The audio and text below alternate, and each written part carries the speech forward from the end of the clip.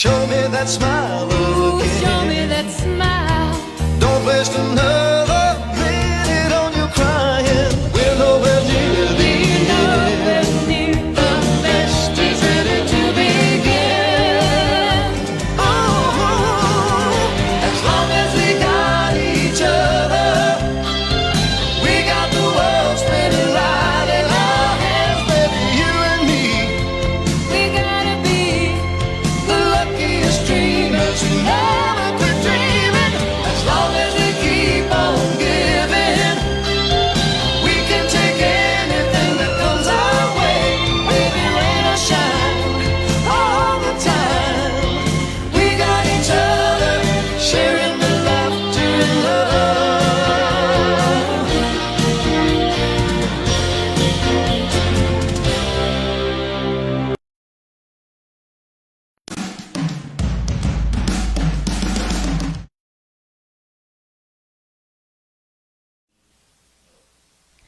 Good morning. I hope everyone is okay, safe, and healthy.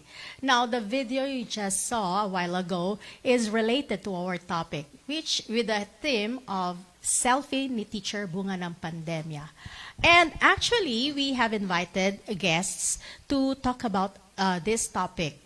Na kung saan they will be relating to us the transition, the transformation that teachers in NTC has to undergo because of the pandemic. And let's see, the first guest that we have is, well, they are both familiar to you. The first one is a teacher or professor in psychology. And the other one is, ito, haligi na to ng NTC, ugat, lahat na. Okay? Bakit? Kasi siya yung naging siya ay guidance counselor na natin sa kolehiyo. And let's welcome Professor Josephine Samudio and our guidance counselor, Miss Grace Ayesa Bernabe. Good morning, ma'am. Morning po. Morning to everyone. Good morning. And long time no see because Long time no see. this is the first time na face-to-face nagkakaharapan tayo. Oo nga, na-miss ka na namin. Oh. Lahat tayo, mga hagigikan. Okay. But let's see. Pag-usapan natin ng mga teachers. Kasi we are celebrating Teachers Month from September 5 to October 5. So this is very timely. Kasi titingnan natin yung ngayon yung pinaka-bihis ni teacher, pinaka-selfie ni teacher bunga ng pandemya. To start with, let me ask you, how would you describe the teachers in NTC? Or kung gusto nyo, generally speaking, before pandemic? Okay. So globally speaking, who would have thought this would happen to us, right? So way back then, teachers were pretty relaxed, no? Doing their academic routines. So, kasi wala we were caught by surprise, no? Nitong naging pandemic natin na to. So, sa akin, no, personally speaking, sa amin sa guidance office, we were doing our routines, counseling, no? And at the same time, may mga seminars pa yata kami noon, no? March yun March 16, if I'm not mistaken, yung lockdown. Yes. So, yung to January, to February, to March, before the lockdown, very busy, very relaxed, no? When we speak of relax, kasi nga, routine, yung wala man tayo ina-expect na something different, no? From the usual. So that's it. But that concept of teachers being relaxed, is it a positive way, relaxed, or So, relax in the way, relax compared to our situation now, no, ma'am? Kasi before, we're doing, kagayang sinabi ni Miss Ayesa, is may routine tayo. So, every day, as a teacher, papasok tayo sa klase. We already know what to do. So, alam na nung body mechanism natin kung ano yung gagawin natin. And bigla tayong nagulantang because of this pandemic. Kaya, nung time na yon, busy tayo because gumagawa tayo ng grades for prelims. So, yun na yung sa tangin natin ng panahon na yun, nahihirapan. Pero, compared to our situation now, parang yun na yung pinaka-relax natin compared sa nangyayari sa atin ngayon.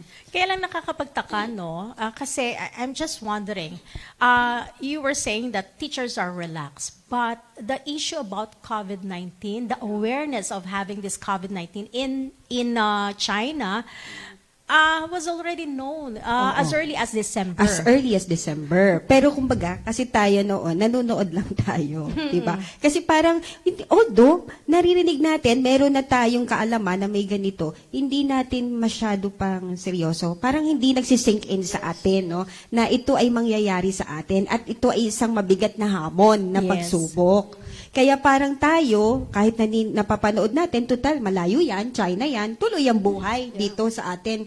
Minsan pa nga, di ba, at saka hindi naman sa, parang wala pa nung malinaw na protocol health protocol, di ba? So minsan, intermittent ang pagsusuot ng mask, di ba? Yung parang yes. pag gusto mo lang, magsusuot ka ng mask, pero hindi siya talaga required. Oo. Di ba? Before the lockdown. So parang ganun lang ang nangyayari.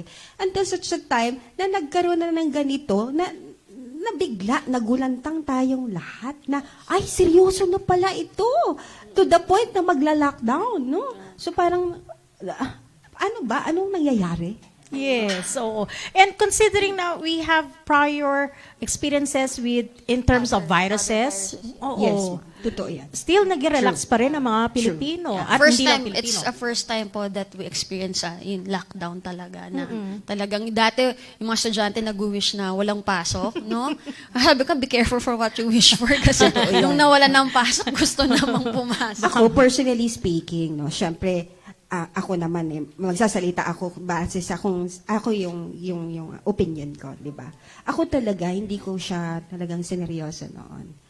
Kasi nga, alam ko, parang ano yan, hindi tayo matatamaan yan, no? Yes. Malayo yan, nasa China yan, no? Kaya nung nag-lockdown, ang daming tumatakbo sa isip ko. Natutuhanan na pala ito. Nabiro mo, mawawala ng klase. Paano aandar ang counseling ng mga bata, no? Dahil, syempre, ang counseling, kailangan yan face-to-face, no? So, kahit kami sa guidance office or yung being a guidance counselor, Philippine Guidance Counseling Association, nabigla, no? Nagulat, kasi magkakaroon ng panibagong bihis, ng panibagong mukha ang counseling, which is online counseling. Kumbaga ba, there's already a realization na, this is it. This is it. For real. And hindi lang yung sitwasyon ang dapat harapin. Kung ano mangyayari, bunga ng sitwasyon. Head on. Yes, yung pinaka sa darating na panahon, kung ano yung haharapin pa nating kaakibat na problema. Okay. Nakakalungkot and dahil nga sinabi natin kanina, naging relax ang teachers. Bakit? Kasi it's already routine yung ginagawa nila sa loob ng classroom. The teaching, learning, it's already there. Na wala na, mani-mani. Routine kasi. But, did you see any changes in our teachers? Yes, Nung no? nagkaroon ng pandemya? Yes, ma'am. Okay, let's discuss that. When we speak of psychological impact Yeah. of COVID-19 to teachers, there is, no? Of course. I am not limiting this to teachers, no? I'm talking about people, no, as a whole who are experiencing COVID-19.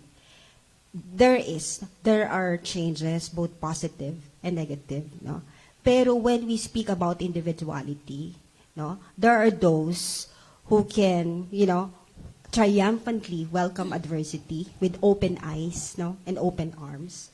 Those who cannot, no, due to past experiences, past trauma, no. It all boils down now to coping mechanism, Yes. coping capacity, no, of ability of a person, no, to combat, no, adversity, no. What is very eminent, no, generally speaking, no, people start to become more conscious about their health, no. They would start to, let's say, follow health protocols, usual washing of hands, no, applying alcohol, face shield, face mask, and observing physical distancing. And would you like to add something to that? Yes po, yun nga. Definitely, a lot has changed po sa mga teachers, no, in general. Kasi nga po, yun nga, parang yung changes is brought the teachers into grieving stage. Yun nga yung denial, meron tayong anger, bargaining, meron tayong depression, and then eventually into acceptance. Yun. A lot of people kasi perceive yung grief as parang loss of a loved ones lang. But actually grief is a natural emotional response to any type of loss. So, loss of security, loss of safety, loss of control. And in our situation, nagkaroon tayo ng loss of normalcy. So, because of this, we experience a lot of anxiety, burnout, no. Pero our brain kasi is our function ng brain natin is to keep us alive. So, kahit na nahihirapan tayo, parang especially for teachers who are basically resilient, no. Ang mga teacher, yung just choosing this profession and staying with the profession of teaching is already challenging, no. Yes. So eventually this whole pandemic talaga mag-a-adapt yung mga teachers natin. So, yun. Siguro the changes is more on the cognitive framework, yung ating schema of teaching na papasok sa classroom, magtuturo. Siguro yung malaking adjustment is mapupunta sa online learning. Yung platform, Yeah, yung Yes. manner of Oo. learning. Nabanggit nyo kanina, yung sa grief, yung sa stage na may grief, yung teachers, yung anxiety, definitely our teachers underwent that stage. Yung iba nandun pa lang sa denial, kahit yung iba nagbabargain, no? Baka maging okay pa to, baka bumalik pa tayo sa ano. No? Pero eventually, mapupunta rin po tayo rin sa acceptance. Especially with the characteristics of teacher being resilient. Yes. How about sa NTC? Saan stage na kaya tayo? Actually, ma'am, itong NTC, nabanggit niyo po, yung ginawang adjustment of NTC on how we will be able to adapt in our situation. Actually, personally po, it helps a lot na hindi mo kailangan mag-online learning, online class every day. No? So, dun pa lang po, parang nakapagbigay na sa akin ng malaking tulong into Nakakagaan na. Yes, nakagaan na. Especially hindi lang po sa atin, pati sa mga estudyante natin na maraming options na pwede silang pagpilian para continuously pa rin yung kanilang learning. Kaya yung program ng NTC, The Power to Choose, is very, very good. Na ang laki na itulong sa atin, no? Lalo na sa mga mag-aaral, ano? At hindi lang sa mag-aaral, pati sa magulang. Oo. Kaya lang, syempre, hindi pa perfect. Kaya lang, it's a good thing. We have brilliant people in our school who were able to think of that kind of policy. At hindi po lahat ng school nag-adjust. Definitely. Very flexible. Yes, yes. Okay. Kaya nga yung anxiety period, naalala ko yan, nung pagkasarado yung pagsimula ng pandemya, pinagawa tayo ng a lot of paperworks. Talagang, sakla, bakit? Ang daming gagawin. That's normal, di ba? Yun yung sinasabi niya, that's normal. Pero, eventually, we little by little, we are coping, and we are there. Getting there. Okay. Actually nga, proud nga ako sa aking teacher, si Dr. Del Rosario. Bakit? Kasi nga, ito ang pagpapatunay na ang teacher talaga ay matatag. Dahil siya, at her age, she was able to learn all the things that we need to learn in online class. Baga, ano niya yun yung challenge, no? Very ready siya to take on the challenge. Na pwedeng hindi naman niya danasin na yun. Yung ganong hirap, di ba? Actually, nung sabi nga niya wala sa edad. Age, it's not in the age. May choice siya whether to stop mag-retire kasi wala na siyang panahon para pag-aralan ng online. Pero siya accept yung challenge was accepted. As I've said before, ma'am, it depends on the coping capacity of the person. Di ba? Iba-iba tayo Oo. So merong iba talagang would wallow, no, in fear. Talagang yung takot mo it decapitates you so to speak, 'di ba? Nakakapanghina, no? Yes. Oo. Pero meron naman karamihan, hoping na kumbaga lumalakas, tumatapang, no? Nagkakaroon ng ibang mukha, no? Yung buhay natin kasi nakikita mo yung pagsubok, pero nakakahanap ka ng paraan para mabuhay, para lumaban. That's why it is related to the behavior, the change in behavior sa mga teachers, 'di ba? So nagkaroon ng bagong ugali at karakter ang mga guro. Sa MTC, how will now? Kasi kanina tinanong ko kayo paano niyo i-describe or describe in MTC prior to pandemic? Now this time, how would you describe teachers during pandemic? Ganito, may kukwento ko sa iyo. Sige nga. Kasi 'di ba, yung anong tawag dito, yung bago pa lang, no, in March, no, nung nagkaroon na ng lockdown, syempre there was panic, no? Yes. Syempre very panicky ang mga teachers, no? Kasi the main thing would be, what if I'll be infected, 'di ba, with the virus, no? What will happen to me? I'll be isolated. What will happen to my family, no? Ganyan, no? And then after some time, nung hindi ka naman na-infect, 'di ba? Pasalamat tayo sa Diyos. Nag-sink in naman kasi nakikita natin sa balita, maraming schools ang nagsasara. Yes. So, nag-sink in naman sa'yo bilang teacher, naku, magsasara kaya ang NTC. Di ba? Tama? So, Yan ang unang-unang takot ng mga NTC. So again, nung nawala yung panic mo, yung fear na hindi ka naman na-infect, bumalik na naman, no? Because of that, naku, baka mawalan ako ng trabaho. Paano ko pakakainin itong aking mga anak bilang ako ay isang breadwinner ng pamilya, di ba? And of course, no, for some, yun nga, hindi talaga, kumbaga, yung sa atin, very lucky tayo kasi yung ating administrators, no, were able to keep up tayo. Yes. Oo, we're able to maintain the employees, no, because we are true, as they say, no, to our mission, no, to our students and to our employees. So, nawala ng kaunti yung takot. Agam-agam. Kasi yung ating agam-agam, dahil, ay, salamat po, may trabaho ako. After some time, nagkaroon na naman tayo ng anxiety. Why? Because of technology. Technology anxiety. Kasi we have to open the school, but we have to introduce another form, no, of Yes. mode of learning, which is online learning and modular learning. Yung online learning is new to us, di ba? Yes. So ito naman ang takot naman ng tao, yung technology anxiety. So, after some time, dahil fortunate nga ang mga taga-NTC, there were trainings, no? Yes. In module making, in online learning, how to go about this.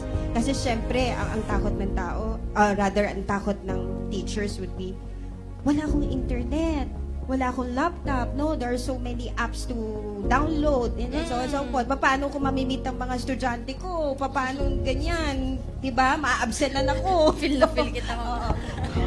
So pagka yung ganon, natutuwa naman tayo kasi nakaagapay naman tayo ng admin. Admin. Ng training. No? Yes. Okay, so napacify yung ating tao. Pero hindi pa rin siya nawawala kasi, kumbaga, anong proseso ito? Hindi pa tayo nagtatapos. Nag-uumpisa pa lang. No? Kasi from online learning, hindi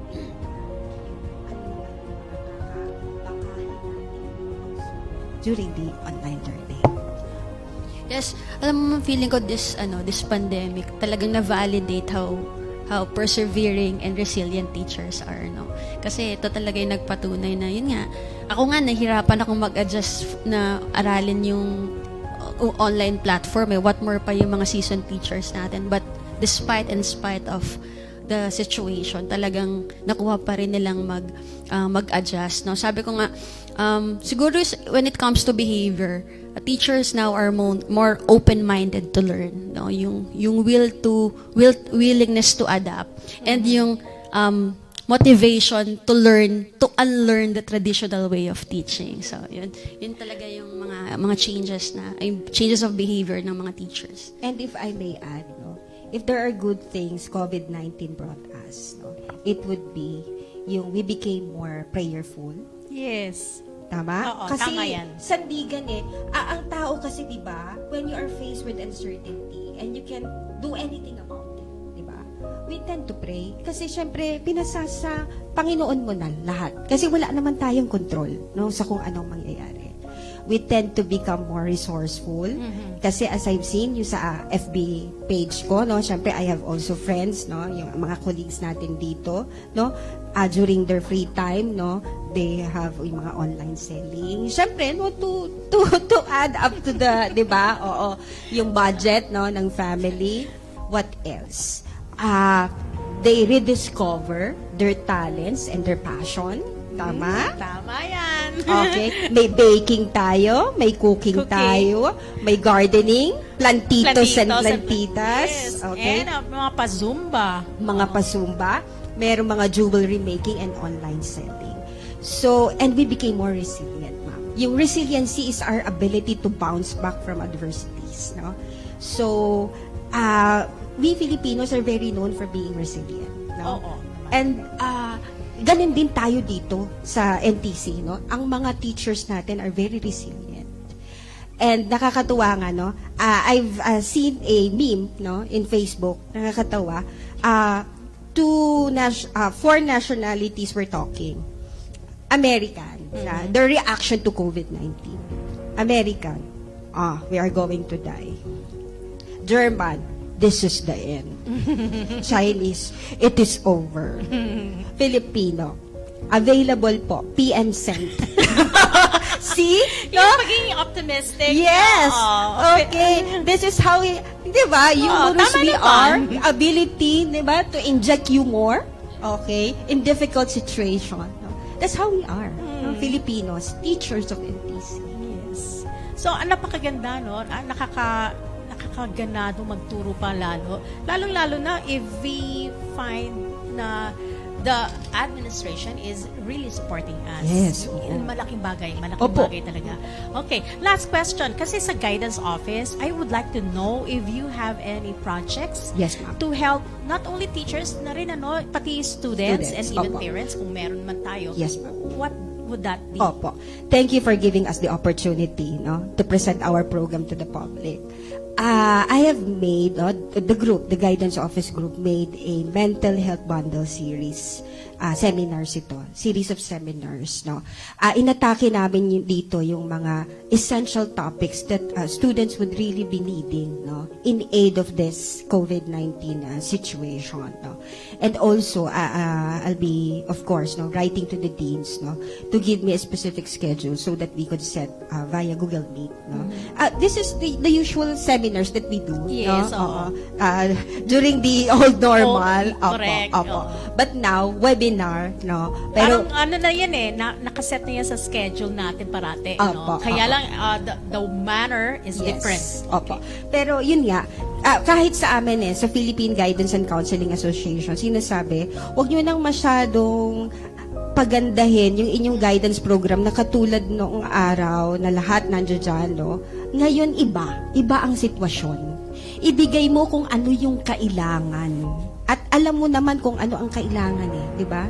Yung mga mental health wellness, and at the same time yung mga sessions on resiliency, self-compassion, no?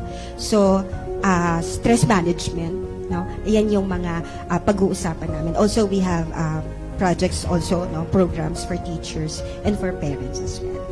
Ang ganda. Opo. Kasi that's a great help to all of us.